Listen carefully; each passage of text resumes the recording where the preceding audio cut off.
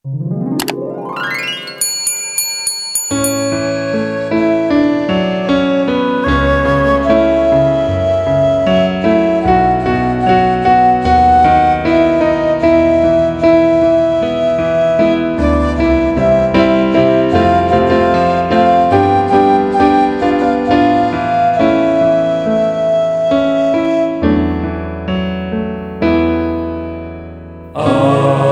kamot sa Ginoo mao'y nagapakaon kanato.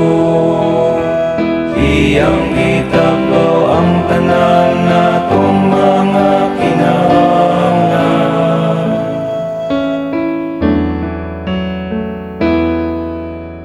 Ang kamot sa Ginoo nagapakaon kanato. Iyang gitabaw ang tanan natong mga kinahanglan.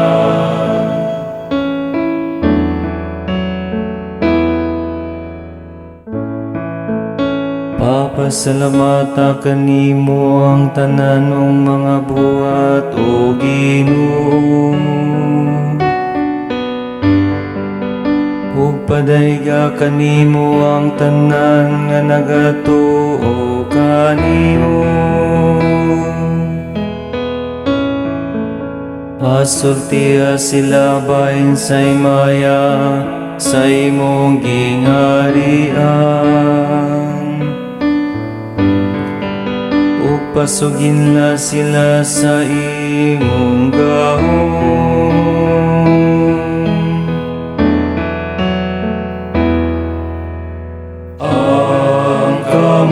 Sa Ginoo mao'y nagapakaon kanato. Iyang gitabaw ang tanan natong mga kinahanglan.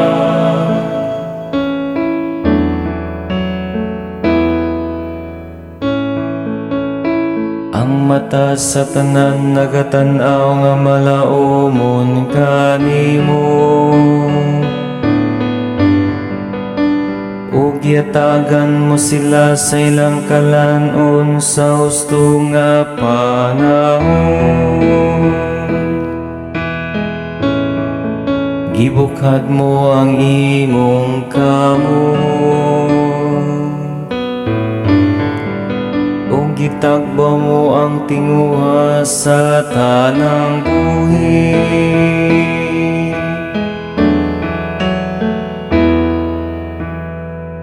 Ang kamot sa Ginoo mao'y nagapakaon kanato.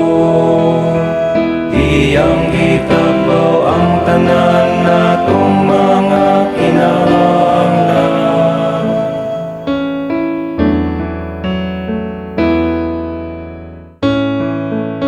Ang Ginoo matarong diha sa tanan niyang mga paagi.